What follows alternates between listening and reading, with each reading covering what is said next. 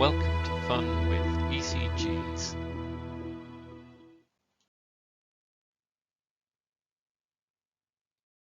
"30 seconds to interpret this ECG for ischemia."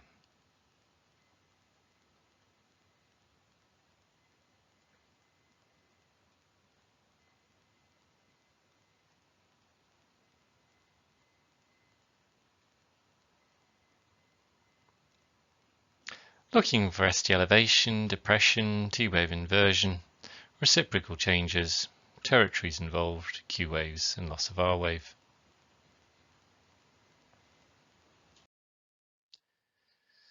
We have a heart rate of 90, sinus rhythm, normal axis, QRS duration normal.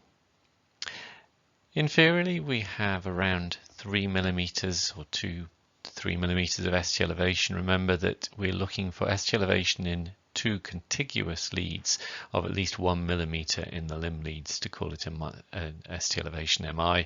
It would be at least 2 millimeters in the anterior leads. So this meets criteria for a STEMI. Consider the fact that the baseline is wandering a little bit here. It often does on an ECG, and it can give the appearance of more ST elevation in some parts of the ECG than in others, and you're trying to look at a bit with a flat baseline or adjust for the baseline moving. There's very marked ST depression here, which you'd initially tell me was reciprocal change, but consider this with the ECG from last week. There we had V1, V2, V3 as the posterior leads. This is the equivalent of infarcting posterior myocardium. Though you don't get ST elevation because it's at the back of the heart, but we do get the marked ST depression. And it can be helpful to hold the ECG up to the light. So if you hold it up to the light and back to front, suddenly the V1, V2, V3 look very much like ST elevation. So you don't need to do that, but if you find it helpful, do it.